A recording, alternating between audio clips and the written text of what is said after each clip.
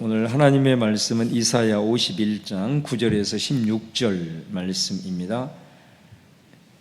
구약 1031쪽에 있습니다. 이사야 51장 9절에서 16절 말씀을 우리 합독하도록 하겠습니다. 시작. 여호와의 팔이여 깨소서 깨소서, 능력을 베푸소서. 옛날 예시대에 깨신 것 같이 하소서. 랍을 점이시고 용을 찌르신 이가 어찌 주가 아니시며, 바다를 넓고 깊은 물을 말리시고 바다 깊은 곳에 길을 내어 구속받은 자들을 건너게 하신 이가 어찌 주가 아니시니까. 여호와께 구속받은 자들이 돌아와 노래하며 시온으로 돌아오니 영원한 기쁨이 그들의 머리 위에 있고 즐거움과 기쁨을 얻으리니 슬픔과 탄식이 달아나리이다. 이르시되 너희를 위로하는 자는 나 곧 나이니라. 너는 어떠한 자에게 죽을 사람을 두려워하며 풀같이 될 사람의 아들을 두려워하느냐. 하늘을 피우고 땅의 기초를 정하고 너를 지은 자 여호와를 어찌하여 잊어버렸느냐. 너를 멸하려고 준비하는 저 학대자의 분노를 어찌하여 항상 종일 두려워하느냐. 학대자의 분노가 어디 있느냐. 결박된 포로가 속히 놓일 것이니 죽지도 아니할 것이요 구덩이로 내려가지도 아니할 것이며 그의 양식이 부족하지도 아니하리라. 나는 내 하나님 여호와라. 바다를 휘저어서 그 물결을 뒤흔들게 하는 자이니 그의 이름은 만군의 여호와니라. 내가 내 말을 내 입에 두고 내 손 그늘로 너를 덮었나니 이는 내가 하늘을 펴며 땅의 기초를 정하며 시온에게 이르기를 너는 내 백성이라 말하기 위함이니라. 아멘. 이사야 51장 9절에서 16절 말씀을 우리가 함께 읽었습니다. 우리가 51장 1절에서 먼저 3절을 보면은 하나님께서 이스라엘 백성에 대한 그 회복의 말씀을 이제 하고 계십니다. 그러면서 하나님께서 그들의 그 조상인 아브라함을 하나님께서 어떻게 인도하셨는지를 돌아보게 하십니다.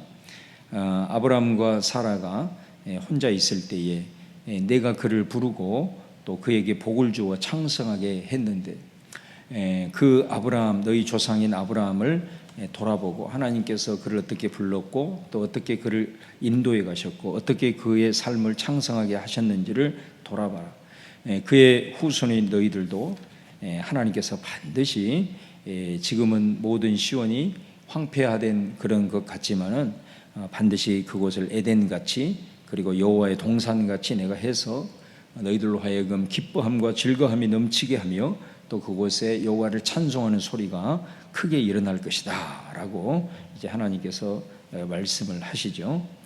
그러면서 4절에서 이제 8절 말씀에 보면은 하나님께서 아주 중요한 말씀을 하십니다. 내 공의를 내가 세울 것이고 또 구원이 너희에게 있을 것이다. 4절에서 8절은 구원과 공의에 대한 말씀을 하나님께서 하십니다. 자, 이것은 무엇을 의미하냐면 바로 하나님의 그 율법을 세움으로 인하여서 공의를 견고하게 다시 세운다라는 것은 이스라엘의 이 지금 포로된 이런 상황들이 결국은 하나님의 말씀을 저버리고 하나님을 배반한 것에 대한 하나님의 공의의 실현이라는 것을 말씀을 하는 것입니다.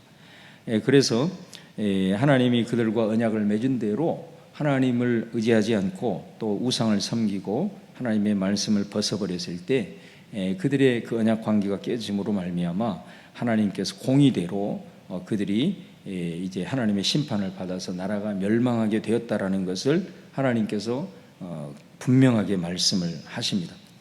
그래서 죄악이 이제 심판을 받아서 그들이 70년 동안 그곳에서 포로 생활을 하게 되는 겁니다. 그 과정을 통해서 하나님께서 그들을 이제 정결하게 하시는 것을 보게 됩니다. 그러면서 하나님께서 이제 그들을 구원을 베푸신다라고 이제 말씀을 합니다. 그 구원은 그들에게 하나님께서 회복을 주시고 또 그들에게 하나님의 주권적인 방법으로 다시 그들을 완전히 버리거나 그들을 멸망시키거나 하는 것이 아니라 하나님께서 다시 세울 것에 대한 이제 회복의 약속을 우리가 주시는 것을 볼 수가 있습니다. 여러분, 여기에서 우리가 하나님이 그들을 회복시키시고 또 그들을 구원의 길로 인도한다라고 하는 이 메시지로 인해서 우리가 그 하나님의 공의에 대한 메시지를 잊어버리면 안 됩니다.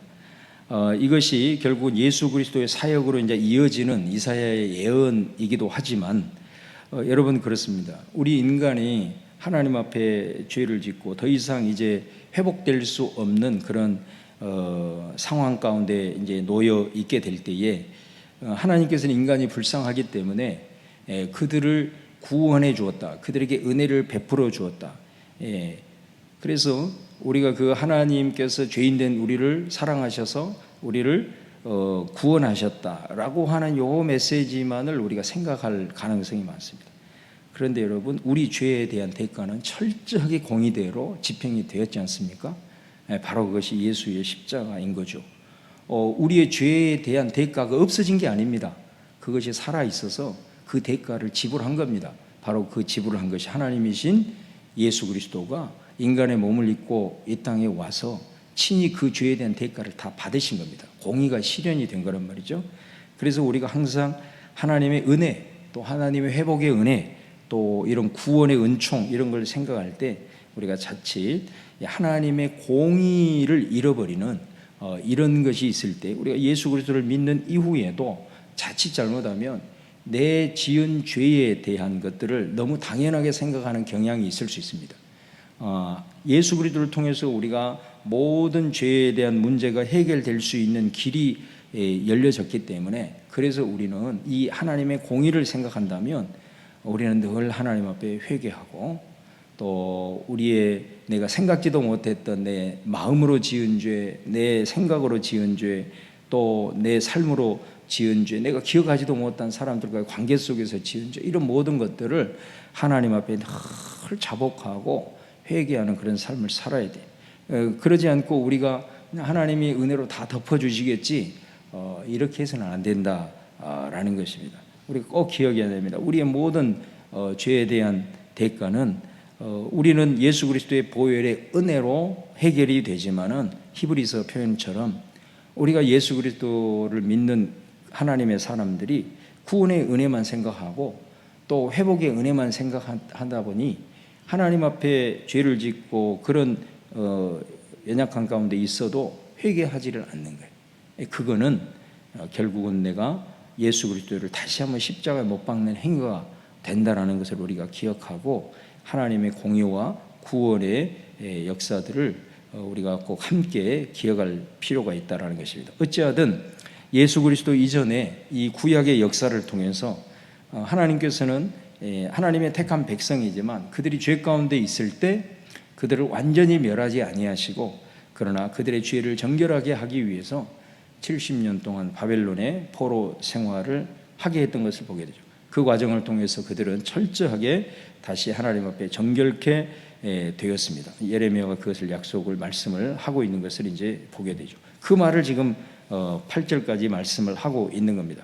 그래서 그 모든 이제 과정을 통해서 하나님께서 이제 특별히 그 6절 하반절에 보면은 이런 말씀을 하시죠. 나의 구원은 영원히 있고 나의 공의는 폐하여지지 아니하리라. 그렇게 말씀을 하고 8절 마지막 부분에도 나의 공의는 영원히 있겠고 나의 구원은 세세에 미치리라. 항상 하나님은 공의와 구원에 대한 메시지를 동시적으로 강조하고 있는 것을 보게 돼요. 이제 그들이 과정이 끝난 다음에 하나님이 그들을 이제 회복시키신다라고 하는 이 메시지를 이제 그들에게 주신 거죠. 자, 그랬을 때 오늘 9절에 보면은 이 말씀을 들은 선지자인 이사야가 하나님 앞에 기도를 드립니다. 뭐라고 기도하냐? 하나님의 팔이여 깨소서 능력을 베푸소서. 옛날 예시대 깨신 것 같이 하옵소서. 라합을 점이시고, 라합은 애굽을 상징하는 거 아니겠습니까? 그 애굽을 깨뜨리시고 그리고 홍해를 가르시고 하나님의 백성들을 출애굽을 시킨 것처럼 하나님이여 당신이 약속하신 이 회복의 약속들을 이제 행하시옵소서. 여호와의 팔이 깬다라는 것은 팔은 움직인다는 거 아니에요. 뭔가를 행한다라는 게, 그러니까 하나님께서 약속하신 것을 이제 하나님께서 친히 이루어 주시기를 바랍니다. 행동하시기를 바랍니다 라고 하면서 이제 그 출애굽의 역사를 다시 한번 제2의 출애굽의 역사를 우리 가운데 이루어 주시기를 간절히 바라고 원합니다 하면서 간절하게 기도하고 있는 것을 우리가 보게 됩니다. 여러분, 이 말씀을 통해서 우리가 한 가지 꼭 기억해야 될 것이 뭐냐면은 이 에스겔에게도 이와 비슷한 말씀을 하셨어요. 36장에 보면은, 에스겔 36장에 보면은 하나님께서 이스라엘 백성들의 그런 지금 힘들고 어려운 상황들을 아시고, 그러나 반드시 때가 되면 내가 너희들을 다시 일으켜 세워서 회복시키고 또 시온의 그 찬란한 영광을 줄 것이다 라고 하는 약속을 주시면서 에스겔에게 그렇게 말을 하죠. 그럼에도 불구하고 너희들이 그 일이 이루어지기를 위하여 내게 구하여야 할지라, 이런 말씀을 하고 있는 것을 보게 됩니다. 여러분, 그래서 우리 다니엘 9장 같은 데 보면은 다니엘이 기도를 시작하지 않습니까? 그 9장에 보면은. 근데 거기에서 뭐라고 얘기하냐면, 분명히 하나님께서 예레미야를 통해서 70년 만에 이 포로 생활이 그칠 것이다 라고 하는 약속을 정확하게 준 거거든요. 그러니까 다니엘이 이제 이스라엘 백성들이 바벨론에게 포로로 이제 그 멸망당한 그 시기가 70년이 다 된 거예요. 그때부터 다니엘을 비롯한 경건한 하나님의 사람들이 예레미야의 약속을 붙들고 기도하기 시작한 겁니다. 하나님이 당신이 우리에게 약속하지 않았습니까? 이 약속을 이루어 주시기를 바랍니다. 에스겔도 약속했던 것처럼 하나님이 너희들에게 이 약속을 주었으니 이제는 그 약속이 이루어지기를 너희들이 내게 구해야 할지라, 이 말씀에 순종해서 그 70년이 다 찼을 때 다니엘과 같은 그런 하나님의 백성들이 기도하기 시작했을 때 하나님께서 역사를 이루었던 것을 우리가 볼 수가 있습니다. 여러분, 오늘 또 보면 하나님께서 회복의 은혜를 주시고 공의와 구원의 메시지를 선포하시고 그들을 다시 일으켜 세우겠다라고 하는 약속을 주자 선지자인 이사야가 하나님 앞에 기도하는 것을 보게 됩니다. 그래서 여러분, 우리가 기도한다라는 것은 뭐 여러 가지 동기에 의해서 하나님 앞에 기도할 수 있겠지만, 가장 성경적인 메시지로서의 기도는 뭐냐면 하나님의 말씀, 하나님의 약속을 믿음으로 취할 때 우리는 기도할 수가 있다라는 것입니다. 그래서 여러분, 우리가 내가 기도하지 않는다, 그 말은 무슨 말이냐면 하나님의 말씀을 건성건성 듣는다, 그 말이에요. 하나님의 말씀을 우리가 사실은 그리스도인이라고 한다면 얼마나 많이 보고 묵상하고 또 들을 수 있는 기회가 많습니까? 그런데도 우리 가운데 기도가 없다라는 것은 그 하나님의 말씀이 전해지고 내가 들었음에도 불구하고 전혀 나와는 상관이 없는 거예요. 그 말씀을 통해서 내게 들려주시고자 하는 성령의 분명한 음성이 있을 건데 우리는 그것을 그냥 지나쳐버려요. 내 말씀이 될 수 없는 거예요. 그러니까 내를 향하신 하나님의 약속으로 내가 취해야만이 그것의 약속으로 삼고 하나님 앞에 이루어 주시기를 위해서, 내 삶에도 그 역사가 이루어지기를 위해서 우리가 기도할 수 있는데, 우리는 기도 안 한다는 건 뭐예요? 말씀이 선포되어도 그건 나와 전혀 상관이 없는 말씀이에요. 그냥 지나가는 말로 여긴다는 거예요. 그러니 그 삶에 기도가 이루어지겠으며 하나님의 말씀이 그의 삶에 역사로 나타나겠느냐? 그의 삶에 하나님의 말씀이 체험되어지겠느냐? 절대로 안 된다는 거예요. 그래서 오늘 이 말씀의 의미를 꼭 기억을 해야 돼요. 우리가 기도한다는 것은 하나님의 말씀을 듣고 있다는 거예요. 그 사람이 그것이 성경을 읽든 설교를 듣든 것을 통해서 하나님으로부터 이거는 내 말씀이구나, 나를 향한 말씀이구나, 그걸 믿음으로 취한다는 거예요. 그 약속이 있는 자는 반드시 그 약속이 이루어지기를 위해서 하나님께 기도하는 거예요. 그 과정을 통해서 하나님은 그 약속이 우리들의 삶에 이루어지게 하는 그런 역사로 이어지는 것을 보게 돼요. 그걸 우리에게 오늘 보여주고 있어요. 그래서 12절 보면은 이제 하나님 응답하지 않습니까? 응답할 때 하나님이 뭐라고 응답하냐면, 야, 너희들 지금 바벨론 제국에 지금 고통당하고 있지. 너희들 속에는 온통 두려움밖에 없어. 그들의 너희를 학대하고 너희를 고통스러워하게 하는 사람들에게 두려움밖에 없어. 두렵다는 것은 뭐냐면 하나님의 말씀에 대한 신뢰가 지금 안 되고 있다는 거 아니에요? 그랬을 때 하나님이 뭐라고 얘기하냐면 절대로 그들을 두려워하지 마라. 그리고 너희들 여기 있어서 다 멸망할 것 같고 다 죽을 것 같지만 절대로 너희들 죽지 않아. 13절 하반절에 어찌하여 항상 종일 두려워하느냐? 학대자의 분노가 어디에 있느냐? 14절에 보면 결박된 포로가 속히 놓일 것이니 죽지 아니할 것이요 구덩이로 내려가지도 아니할 것이고 양식이 부족하지 아니하리로다. 너희들이 여기서 다 이제 망할 것 같지? 절대 망하지 않아. 내가 너를 절대로 망하게 내버려 두지 않고 너를 지금 압제하고 있는 이 강력한 바벨론 제국이 영원할 것 같지? 아니야. 하나님이 그렇게 말씀하잖아요. 이게 지금 기도 가운데 응답하잖아요. 이게 지금 실제로 이루어지는 것이 아니라 기도하고 있는 이사야에게 영적으로 지금 응답하고 있다라는 거예요. 그래서 우리가 기도할 때 정말로 어떤 일들이 내 현실적으로 그 약속이 이루어지기 전에 하나님께서는 먼저 이런 내 마음 가운데, 내 영 가운데 하나님께서 응답을 주시는 거예요. 이 일이 반드시 이루어질 거야. 너는 그러므로 두려워하지 말아라. 그래서 여러분, 기도를 하는 사람은 성령께서 그 안에 작동을 하기 때문에 일단 담대해지는 거예요. 담대해진다는 건 뭐냐면 그 일들이 이루어지기 위해서는, 하나님의 방법으로 이루어지기 위해서는 내가 주님의 힘을 입어서 그 상황에 직면할 수 있는 힘이 생겨야 되잖아요. 힘이 없이 맨날 두려워하고 그 자리에서 하나님 해주시려나 이런 마음은 아니라는 거예요. 하나님 기도하는 자에게 약속 품고 기도하게 되면 먼저 그 심령에 담대함을 주시고 성령을 통해서 그 현실을 직면할 수 있는 능력을 주어서, 그리고 하나님께서 그 일들을 통해서 실제로 우리들의 삶의 약속이 이루어지게 하신다는 거예요. 그래서 이 이사야가 기도를 할 때 두려워하지 말아라, 두려워하지 말아라, 담대함을 선포하고 심어주고 있어요. 그리고 너희들을 반드시 하나님께서 회복시킬 것이다 라고 하는 이 메시지를 심령 가운데 계속해서 불어넣겠죠. 그 하나님의 약속이 내 심령 속에 막 넘치게 되면 얼마나 그 영혼이 그런 전쟁터 같은 상황 속에서 평안을 누릴 수 있고 담대하게 될 수 있겠느냐라는 것이죠.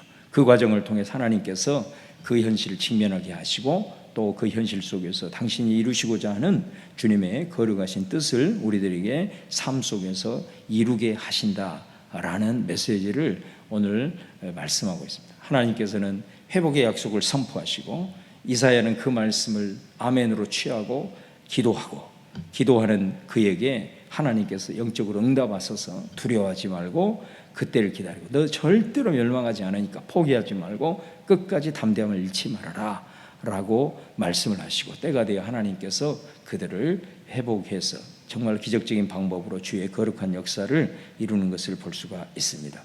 여러분, 오늘 우리가 일주일 살아가면서도 얼마나 많은 말씀들을 듣습니까? 그 말씀을 아무리 많이 들은들 내가 그냥 단순히 감동하고 그것이 그냥 내 심령을 단순히 그냥 감정의 위안을 주는 그런 말씀으로 듣고 흘려버린다고 한다면 우리는 기도를 하지 못할 거예요. 항상 기도하라고 했는데 내 문제가 있으면 기도하고 평소 때에는 기도하지 않을 거예요. 그러나 하나님께서는 평상시의 삶 속에서도 끊임없는 주의 거룩한 약속을 우리들에게 부어주시는 거예요. 그 약속을 비전 삼아서 믿음으로 취해서 우리는 계속해서 기도하는 거예요.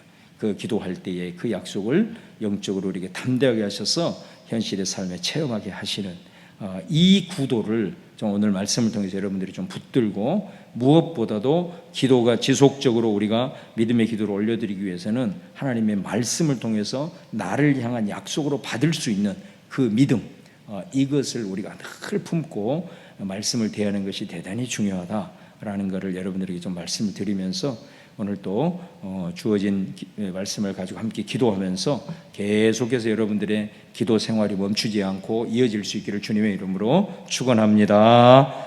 기도하겠습니다. 자, 오늘 또 주신 말씀 붙들고 우리 같이 함께 통성으로 기도하도록 하겠습니다.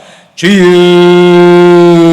할렐루야. 아버지 하나님, 은혜와 사랑을 감사합니다. 아버지 하나님께서 오늘도 저희들과 함께하여 주셔서 아버지 하나님이 아침에도 주의 말씀 듣게 하시고 또한 아버지 하나님의 기도하게 하셔서 감사를 드립니다. 하나님 아버지, 우리 속에 아버지 하나님의 주님께서 허락하시는 늘 아버지 하나님이 영적인 교통함이 우리 안에 말씀을 통해서 이루어짐을 압니다. 이럴 때에 아버지 하나님이여, 내게 성령으로 감동하셔서 다가오셔서 아버지 하나님의 내게 약속 불어주시고 내게 말씀하시는 그 아버지의 말씀이 내 말씀으로 듣게 하고 주의 아버지 하나님 그를 약속 삼아 내 아버지께 구하며 간구하며 아버지 하나님이 이것을 비전 삼아 늘 기도하며 나가는 주께서 우리 가운데 그 일들을 더 명확하게 구체적으로 보여주시고 성령의 구체적인 인도하심으로 그 일들을 열어가게 하시고 여러분, 우리는 담대하게 하셔서 연신을 직면하게 할 수 있는 이 모든 가정들을 우리가 바라봅니다. 하나님 아버지, 주님의 때가 주의 특권이 있지만 무엇보다도 우리가 정말 하나님의 약속을 품고 그 약속을 믿음으로 신뢰하며 나갈 때 우리 가운데 아버지는 놀라운 주님의 귀하신 뜻이 온전히 이루어지는, 정말로 말씀이 살아있는 말씀으로 우리들의 삶에 체험되어지는 역사가 이룰 줄 믿습니다. 아버지 하나님이여, 그 속에서 하나님의 은혜를 기억하고 더욱더 아버지 하나님의 땅을 사랑하면서도 하나님과 동행하며 영생을 누리는 복된 삶이 되도록 인도하여 주시옵소서. 오 주님, 역사하여 주시옵소서. 할렐루야.